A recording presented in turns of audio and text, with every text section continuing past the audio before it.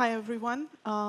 Before I sit down, I would like to take a moment to sort of introduce our guests and everything. And we were brainstorming earlier on about that it would be nice to tell a joke to uh, sort of wake you guys up. It's been a long day.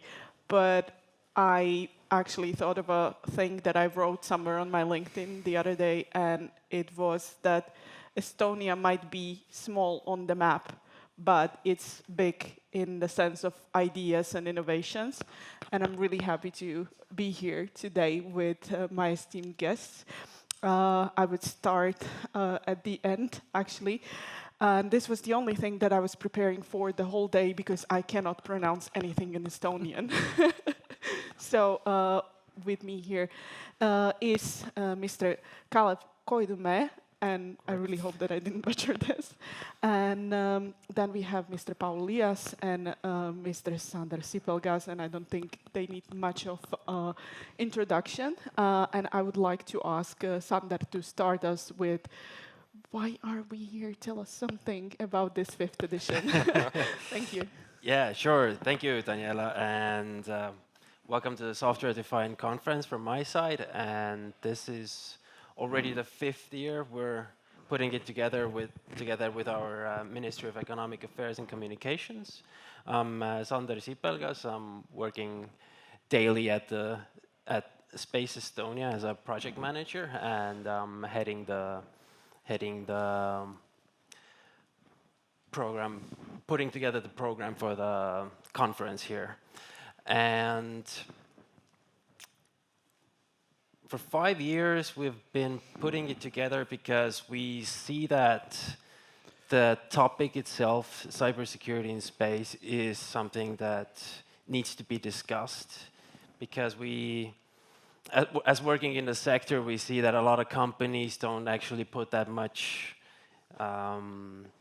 effort, or they don't really think that much about cybersecurity. It's pretty much the last thought that comes into mind when they're developing their projects. And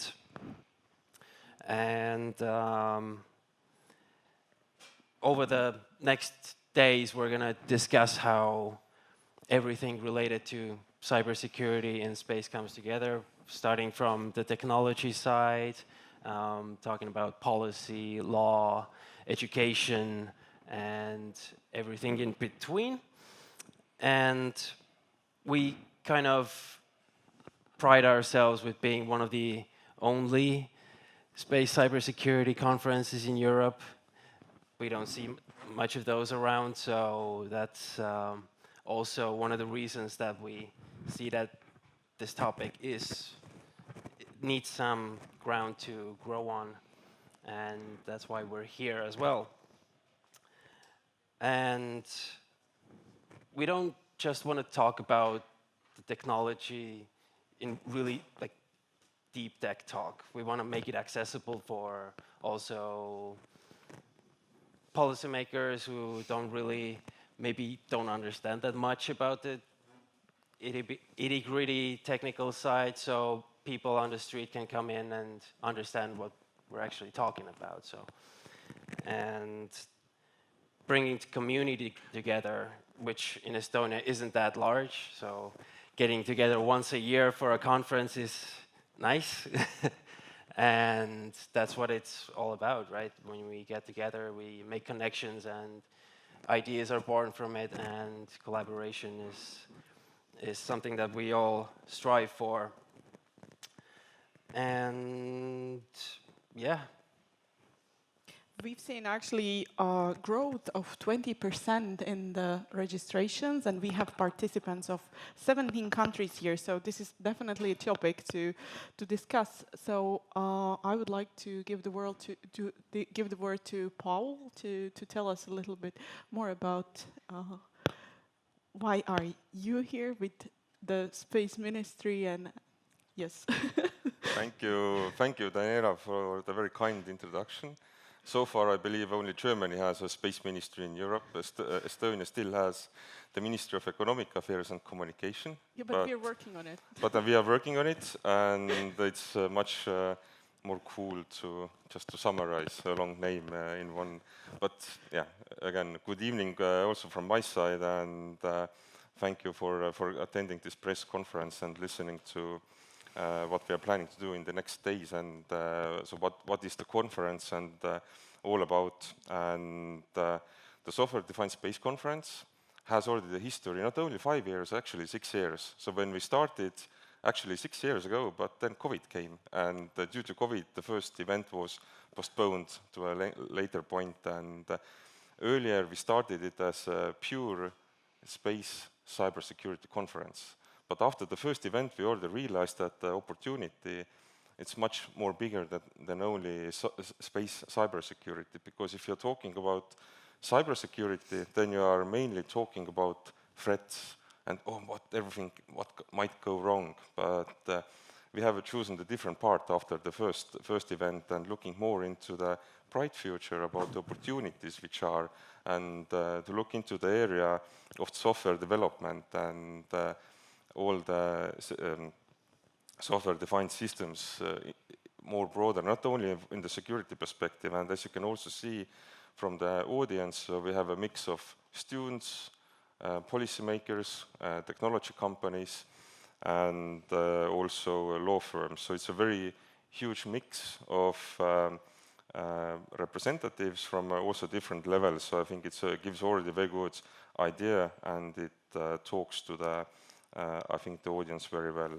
And also as a policymaker in Estonia, for me this Software-Defined Space Conference is a very good tool, because it also gives a very good input to our work, and it's one way to get inspired ourselves and also receive ideas from the audience. And here maybe I will also talk more about, give some aspects and numbers if you're talking about Estonian space policy, because just to understand the context. Overall, of course, in Estonia is one of the, I know you love the word, but pioneers in if it comes to space or cybersecurity in general. And 2019 we started to really look where are the opportunities for Estonia, how can we enter the space domain. And then we realized that space cybersecurity is not the worst area. And so it was back then, of course, I don't want to say of course, but it was criticized a lot, because it was not clear that if there is a market there, or what's the opportunity out. And together with the European Space Agency and also the Estonian industry, we started to look into this area, so to have the first tests. And it was very important for us to understand really that how can we, from the government perspective, create an environment for the Estonian industry and R&D institutions to grow in this area, and also to understand where the customer is. Maybe 6 years ago it was unclear. We had already some global trends and ideas about it, but the use cases were not really there. So if you're now looking back into the numbers right now, then for example the war in Ukraine has created more than 165 cyber operations against the space sector, which also already gives an indication that the space domain is a very important one, and it's a target. Also since the year 2000, there have been over 640 cyber operations against the space sector, and they have been executed from more than 150 different groups who are involved. And not only, but 130 of these operations have occurred only in the first months of 2025. So you can see that the space domain and all the space systems are more looked at also from the enemy, and we have to, of course, think how we can improve the systems and make them more safe and secure. And it's clear that all these attacks are somehow connected to armed conflicts, which we are seeing more and more over this year. And again, from the policymaker perspective, so we are testing also a lot, so because we have to adapt to the world around, so we cannot continue living in the same environment where we were 6 years ago. And I think the conference has taught us a lot. So overall, we have, from Estonian perspective, also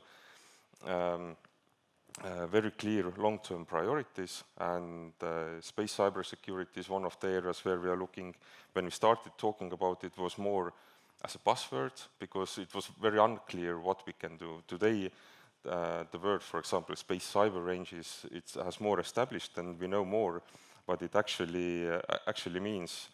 And from the Ministry of Economic Affairs perspective, of course, we are creating the environment for the industry, how the industry can grow, and what we have seen in this area, especially because we are also working on a space policy update, is that the defense part is definitely growing. So far the space policy was very civil and economy focused, but now it will be also interesting to see in the next 1 or 2 years in which direction the defense policy part will affect the general Estonian space industry. Also, we are looking at the global trends, and from the government perspective, it's very important to translate the global trends into policy and procurements. And together with the European Space Agency, for example, we have been working a lot on a call for ideas and how to procure innovation. So it has also helped to grow our space industry, especially in the field of space cybersecurity. Overall, what I also want to highlight is, of course, the investments into the dual-use technologies. From Estonian perspective, it's of course very important area, and it's also one of the topics I will be discussing tomorrow in my panel. And I think all the venture capitalists and also banks should look especially what's going to happen in Brussels, so in which direction the European Commission will invest, and also what will happen in the during next ESA ministerial, for example, because it will give very clear indications in which direction governments are going. Governments are one of the main driving sector for the space domain. It's one of the main funding sources and main clients. So it's definitely one of the areas at the moment I recommend to look. And I think also the vision for the European space economy, which was published in June by the European Commission, it already gives a very good hint to the industry what are the next domains and activities for the next decades in Europe, in where we should invest and also develop. And of course, space cybersecurity and software-related developments are well there, until many other topics are also mentioned. Overall, maybe I know that you have also many questions later on, but I think the conference is more than just a conference, the software-defined conference, and I think it's a very good statement that Estonia is interested to lead in the software development area and in the space domain, and it also indicates that we are building the Estonian space sector in an agile and inclusive way. And I have said it, I think Remco also mentioned it in a summary last year or 2 years ago, that the software-defined space conference is a boutique conference, so it's something very unique and special. Of course, I hope that the conference will grow in the next years and decades, but still it has to still have this special touch and not to go too much commercial. Thank you, and looking forward for the discussion, maybe afterwards questions, and I will be here around. Yeah, and thank you. And to bridge this from like sort of this like civil stuff to the defense, I would like to ask Mr. Kalev about his insights. Thank you. And on behalf of the Estonian Defence and Aerospace Industry Association, good to be here and give you overview what we are doing. Estonian Defence and Aerospace Industry Association, the organization which create the conditions for our companies to reach the export markets. Today we have 196 members in our association. when we talk about the space technology companies, there are less than 20 which are working in this area. The Estonian home market, it's pretty limited when we're talking about the defense or in the space technologies. And therefore, the main focus for us to find the partners, companies, markets for our members. So when we talk about the space and then defense, then the space domain, one is the fifth domains in NATO as well. They are pretty close. And when we see what's going on in Ukraine, all the technologies, situational awareness, targeting, and then so on. Maybe we before didn't feel that the space technologies are so useful when we're talking about the defense and technology and also the needs of different tools will also create in the future some new solutions or products. For small Estonian companies to be successful in the very competitive defense market, you have to provide something very unique. And we can't get rich to sell just timber to Finland anymore. That means the end value of the products have to be quite high, technology part. Through that, we can also create more high qualification jobs in Estonia. And in this regard, I would say that we have pretty good cooperation with Paul and all the policy guidances which coming to the companies and Enterprise Estonia as well. They are our very valuable partners. Through the Enterprise Estonia, our companies got a lot of incentives to reach to our international markets.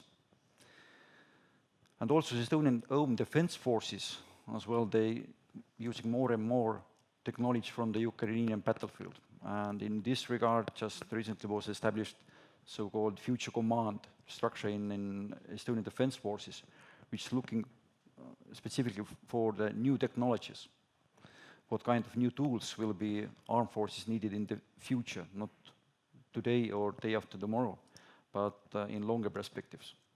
How we can fight when we talk about Defend Estonia with our partners.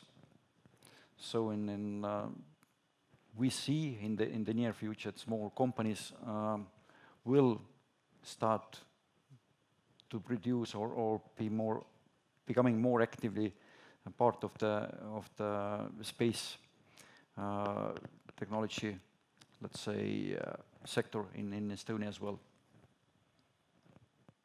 Thank you. I would say that when we were preparing for this panel, we were talking also about like no news is good news, basically in this current geopolitical situation. And having this conference is really nice. And I would like to, we will be obviously taking the questions from the audience, but I would like to kickstart the discussion a little bit. And I will start with you, Sander. Given this scope of the conference, which is really sort of like pioneering and all these words that would be said in terms of topics, what are the like specific outcomes that you're hoping for with this conference? Yeah, well, the outcomes, well, as I stated earlier as well, the main thing that we want to have here is to bring the private and public sector parts together to create cooperation between industry and government, and to also put on stage the knowledge either from international players or our local industry or academia, and to really put it out there what we can show ourselves or what the international players have in their arsenal, so to say. And each year we kind of want to look at a different angle for the conference. Last year we had the gaming session. That was really inspiring to see how you can actually look at cybersecurity through a different angle. And this year we have a session looking at software development for human space exploration and how that's done there as well, and to inspire the next generation as well when we're talking about, for example, the education sessions that we have, and to really, well, the most important thing is to have young people something to look at and bring them into space, that to show them that, hey, we don't just need rocket scientists and astronauts, we also have this cybersecurity, and when we're talking about dual use systems, there's a whole plethora of things that you can work on as well. It's yeah. So can you perhaps tell us what's the secret sauce, what's the spice that's making this conference special, unique, different? Unique and different. Well, as we're a small country and there aren't that many space cybersecurity conferences in Europe either, then we can say that in that itself makes us unique, that we bring that topic to the table and we discuss it on our own terms. Yeah. Perfect, thank you. And I would like to tackle something that you said, Paul, about cooperation.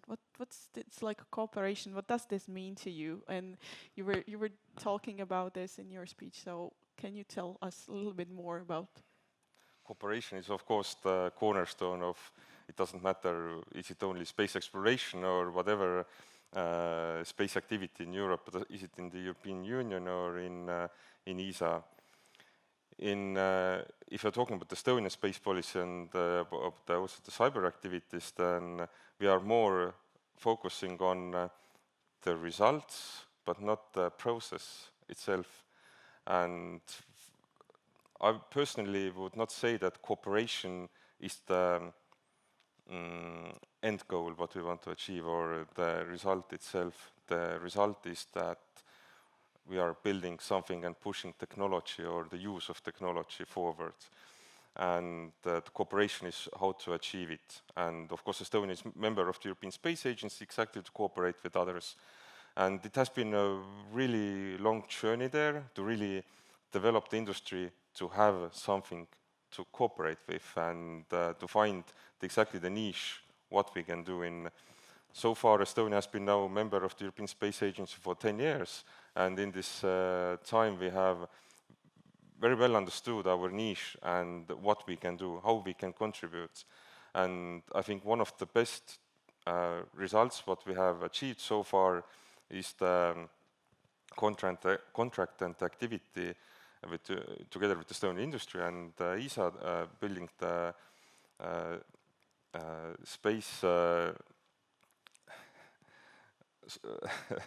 cyber range for the space domain, and it's one of the areas where we can do a lot more cooperation inside ESA and together with the European Union, and it has created, I think, many new opportunities and areas where Estonia can now collaborate with, I think I would say, with all European states, and not only European, but we can also go beyond to other markets in America or also in Asia, for example. So it's something what we have, I think, achieved, and these cool developments, many cool developments and news are ahead of us.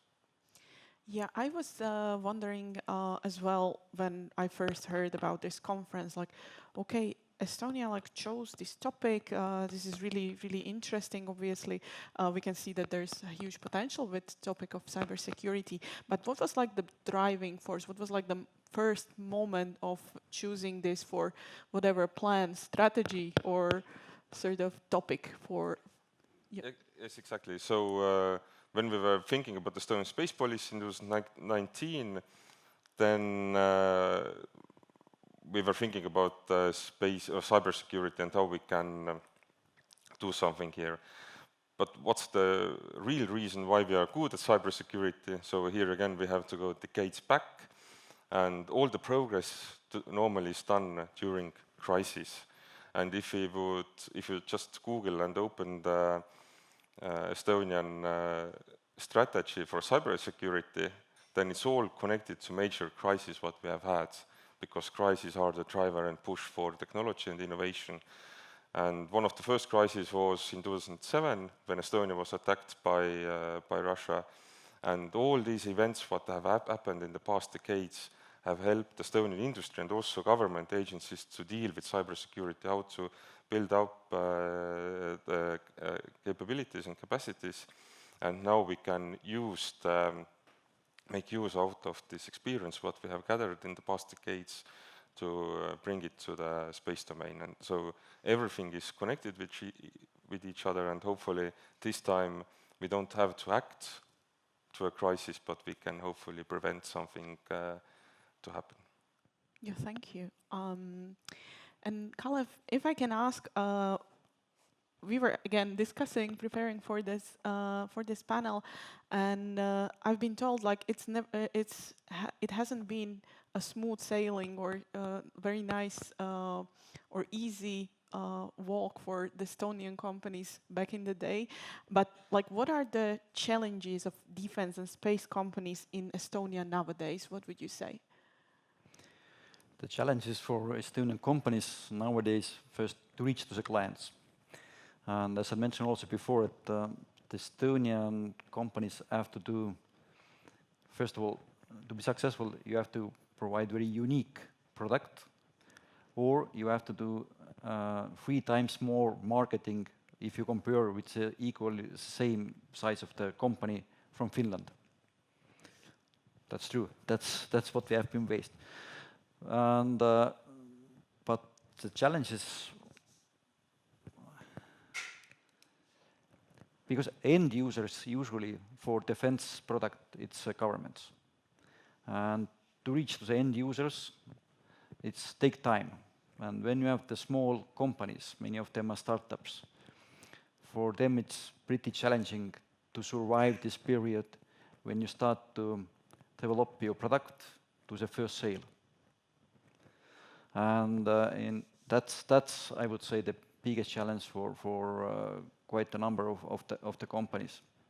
But in this regard, we also have different incentives or programs how to assist the companies, how they can survive, how they can develop the product in such way as they has been designed.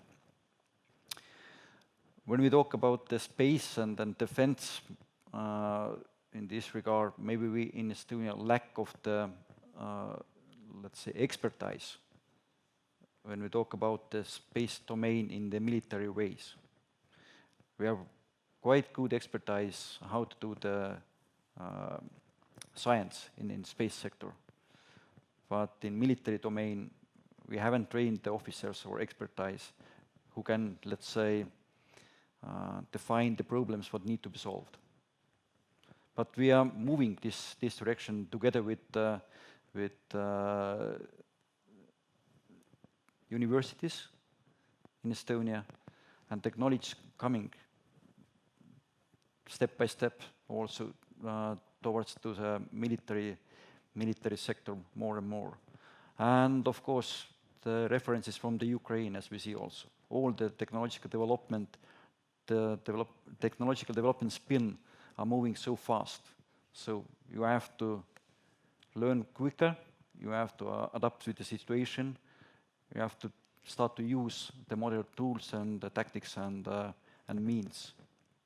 So therefore, I think the time and space in the right place also for Estonian defense sector and defense forces get to use more and more the space technologies in the future. Could you perhaps pinpoint a couple of plans or some things that you have in the pipeline to have like proper institutional help for such companies? Yeah, we have the incentives from the MOD side, the research and development program, the grant or the amount of this program. It's this year was increased almost 3 times. It's 2 million euros. There was more around 20 companies who applied to the different projects. Basically, the project is established by the armed forces, and they provide the solutions. I wouldn't say the money, it's biggest incentive, the cooperation with the armed forces to develop together with companies and the end users the final product. That's the biggest, I would say, benefit of this kind of programs. Same we have the Diana Accelerator in Tallinn as well. And when I've been talking with the companies who are taking part of this accelerator, they also told that the biggest benefit of this, that's a connection, right connection with end users and the different institutions who try to create the new tools for the defense. Cyber and then space, it's cyber domain, it's quite strong in Estonia. We have also 4 references in defense industry, which has been help turning the times, develop Estonian defense industry. The first was when our Estonian troops been deployed Iraq and Afghanistan, we face issue with IEDs. And the Tallinn Technical University and the company been developed the first electronic warfare system to face with it. And the second was 2007 when Russian Federation attacked Estonian with the cyber domain. That means Estonian IT infrastructure was built it right way. It didn't fall down. He got some damages, but public service has been available. And this reference, even today, works very well for our companies worldwide. I just a couple of weeks ago asked from one of our member IT companies, is it really true or just gossips what's talking about this reference? They said no, actually it's pretty solid reference, and that helps Estonian companies who are working or providing the systems in cyber domain very well. And I think the synergy from the space and then the cyber, and the same product what our companies made the consortium and created the space cyber range. That's maybe also one of the symbol or what Estonian companies can work out smart solutions, innovative solutions, and to reach to the export markets. And I think, or I believe to you also, journalists who are here today, through your, let's say, articles, you can make the Estonian space and defense sector even more greater abroad, outside of Estonia. So that's what I'm looking forward. That's really nice. And actually, to wrap up my line of questioning, I would actually like to ask you on a more maybe like a personal level, what would you say in a few words is the future of space in Estonia?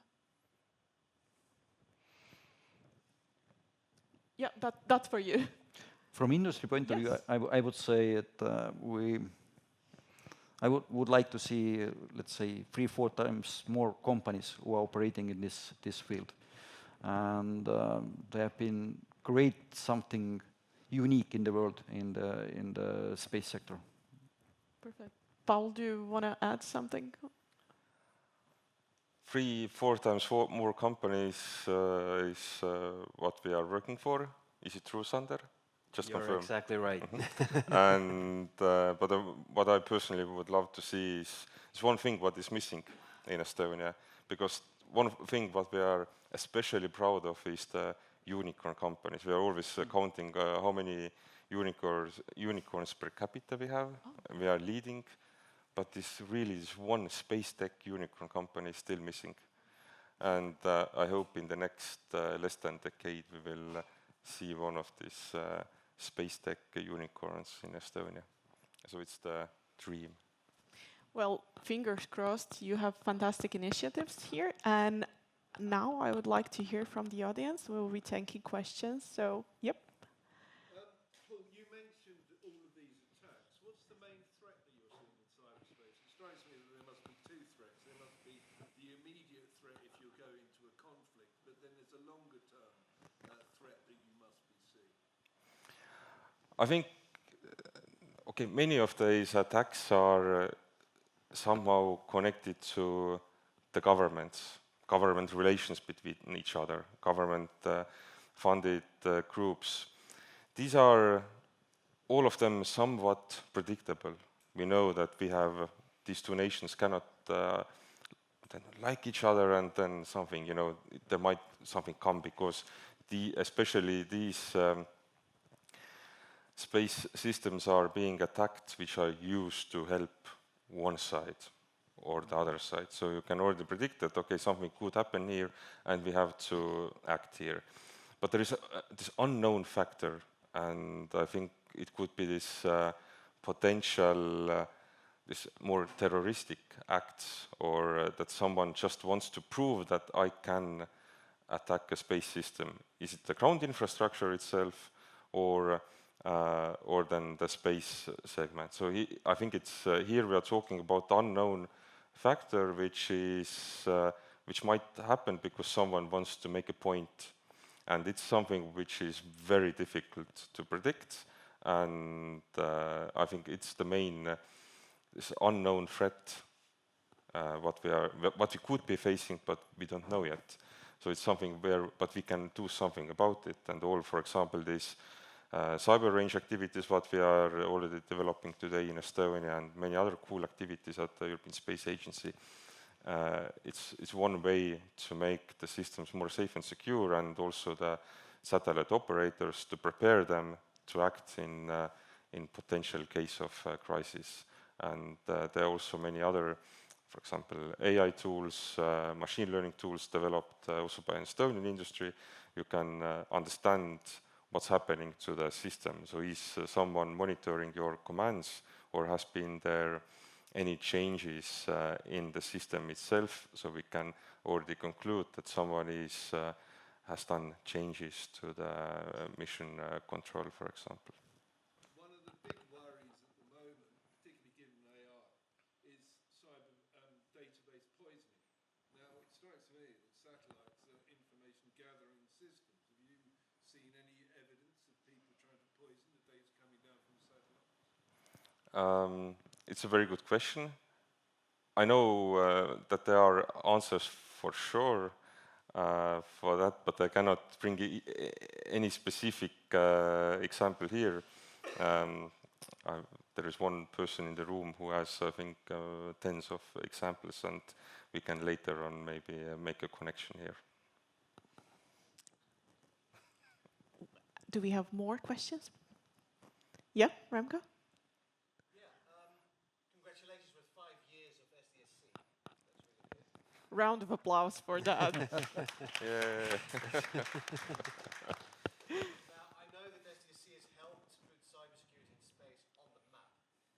And I think the realization is there in the space industry that cybersecurity matters, helped by geopolitical developments, of course. Now I'd like to look forward in the next 5 years, with Estonia taking a leading role in cybersecurity in space, now being picked up in many other places. I probably shouldn't mention SciSat, but it's a good example of this thing becoming a global topic. How will, not just this conference, but also Estonia, you say you want 3 to 4 times more companies, they can't all focus on cybersecurity. What will be the next big thing for space in Estonia that will keep SDSC for the next 5 years relevant, but also Estonia as a space country relevant to the next 5 years?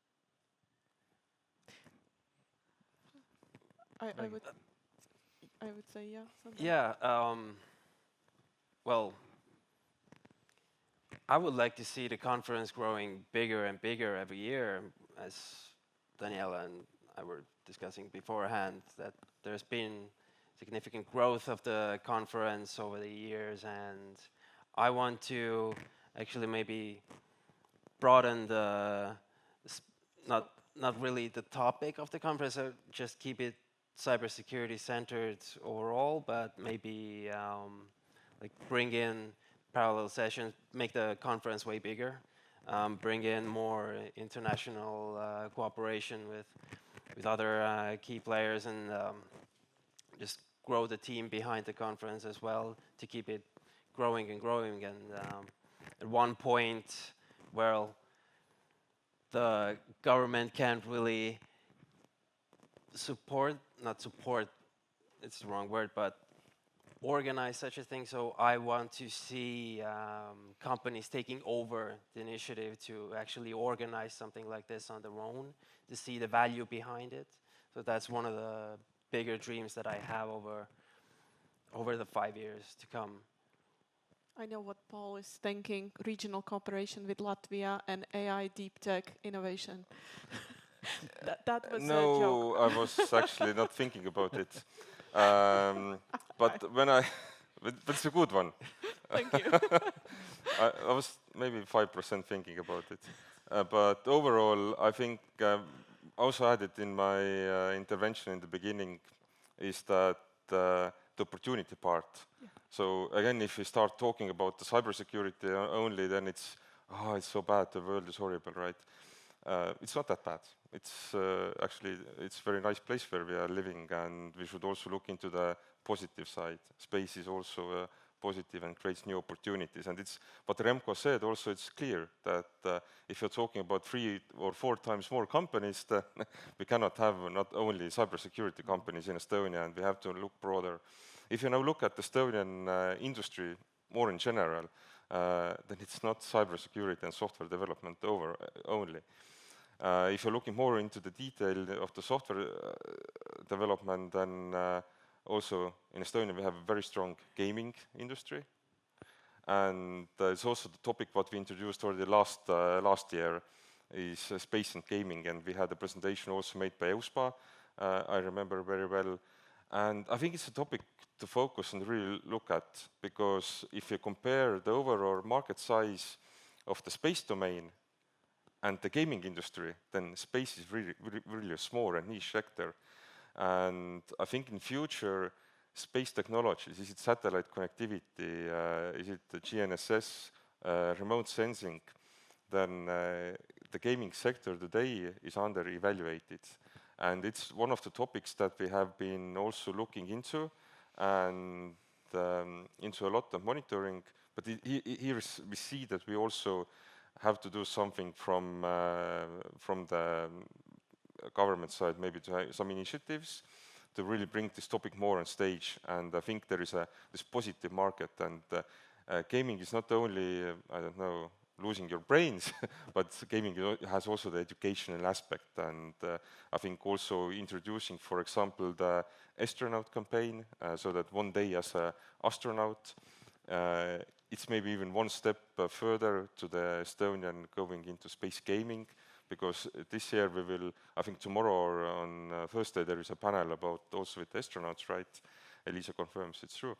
And this year in the selection campaign, we had also it was quite simple game, but still it was a gaming part to select the candidates. So it's one topic. Another topic we're also proud of course, is material science and such. Estonia is very much well known in, for example, in the wood industry. And it's clear that we cannot use the same wood as normal furniture here around the room in space, because the material is not that good. But out of wood we can create composites, smart composite materials, which also are somehow connected to software, because we can use them. These materials are smart. So it's also, I think this smart composite materials is also one area where we can look, and how we can improve the material science with software, for example. So these are long-term topics. It's not really easy to implement them in 1 year, but I think it's looking into the future. There are many cool things, and thinking outside the box, and exactly thinking about the opportunity, not only about the threat. May I Yes. add also about the perspective of the, let's say, the bigger number of the companies? I think everything starts with this, that how much society know about this sector. And through this conference also, I think that will be one of the tools which can create a wider knowledge about what are the possibilities in space. Space today is not so unreachable as it was for a while ago. It's not only a governmental monopoly anymore. We see a lot of the private companies who are operating very well in the space. And that's also, when we talk about the companies, for example, from the defense industry. A few years ago, when the Ukrainian war started, since this time till today, I have 1/3 more companies in our association. Many companies been looking what they do in daily basis. If I will redesign my product, how it can be used for the defense. There have been electronical companies and whose portfolio was in 2021 just 5% defense sector products. Today they are more than 55%. And I think the same with the IT companies or companies who are operating right now in optics or machine buildings. If they see the problems or they see the ways how they can more interact in the space sector, provide solutions, then I would say that it's doable. And everything starts with the basic knowledge. So it's ways and means how you can reach to the end goals. And I think this conference and then wider in Estonian society, when we will explain and then speak about youngsters and pupils also, okay, there are the space, it's also business perspective side and scientific sides. It's fascinating. Younger generation are just, they're looking for challenges. They want to do something cool. And I think the space sector, that's one of the cool sector where we have to put the effort. I really like to be practical, and I will actually build up on what Remco was asking. If you were to place a bet and put your money on something being the next big thing, do you have an idea like what area of space industry like this, maybe the unicorn company could be operating in? I can't tell you right now, because the technological spin goes so fast. And I'm not expert in this area. I think there are much more experts around. I just try to facilitate the conditions for the companies to be active, maybe. Paul is thinking real hard. I think there are many. How much money do we have? But I think there are many interesting. So I wouldn't still invest into one thing. I would still divide this number between several companies. So for sure, this cyber range initiative and everything around has a very huge potential. Then again, this remote sensing data analysis is something where we see a lot going on. Often the companies are ahead of the market, and here one of the challenges is that we have to educate the government sector to really be on board and have the market and the services out there and used. So I think it's a huge potential. And exactly the third thing I want to mention is exactly something non-classic space is the gaming industry, space and gaming. And I think it's under-evaluated at the moment, and it's much cooler than many people think. I would just like have a small to tie this all together. This software side of human exploration, how does this tie into this story? This story, it ties. Well, if you build anything, any system, you can have hardware, but you gotta have software on it. Otherwise, it doesn't work. You can't operate it. Well, of course, you have those analog systems, but I think we've moved past the 60s by now, and there is a cybersecurity element to every system that's being built, and the old saying that security by design is it's crucial, even in human space exploration. Even when we look at, I don't see the company representative here right now, but on Thursday we're gonna hear about how bone density measuring can be done on the ISS, or how space exploration actually plays on the human body, on bone density and so on. And the systems behind those remotely controlled sensors and systems. So it all comes together pretty neatly. Super. You were having a question. I saw you. I just make a comment about the fact Of course. they're not going to tell you about their unicorns, are they? Because they want to make money on it. Sure. But I've been writing about cybersecurity since 1989. I wrote the first stories in the UK about it, young as I look. And one of the first documents that I got, or didn't get, from the MOD was about creating borders in cyberspace. Now you're talking about space. One of the big issues that's come out in the last 3 years is data sovereignty. One of the things that you're going to have to be doing with some of these satellites is guaranteeing data sovereignty just because of the EU. Is this something that you're going to be talking about? Me personally, or The conference, or? yes, our industry is working on different technologies, how to guarantee that data is real, it hasn't been changed. Guardtime, for example, is one of the Estonian companies who is developing blockchain applications for that. He was also earlier here today, but I cannot see him anymore. So there are different things that we are doing and developing. We have a question in the back. So, if your goal is to get 4 times more space companies in Estonia, you would probably need a lot of young people entering the sector. So, what is your plan for communicating, inspiring, and creating opportunities for these young people in Estonia, apart from the astronaut? Yes, thank you for the. Can I take it, or Of is it? course. Oh, I am allowed to take it. Thank you for the first astronaut in the room to ask for the question.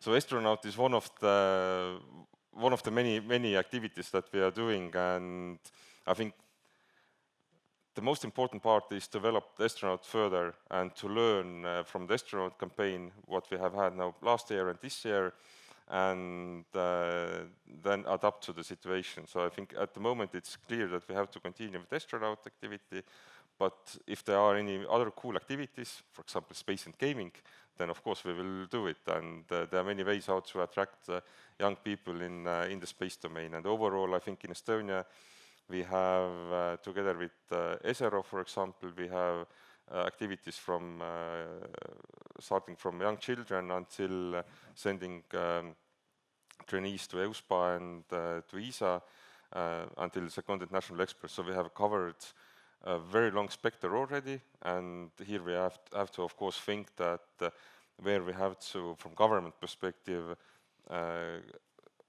interfere more and learn, but it's clear that it's not only up to the government, and I think here also the industry plays a huge role, because also I think industry has to invest funding there, because they want to have the best talent, and for this year and also for the next years, for example, it's a very good example is the astronaut campaign.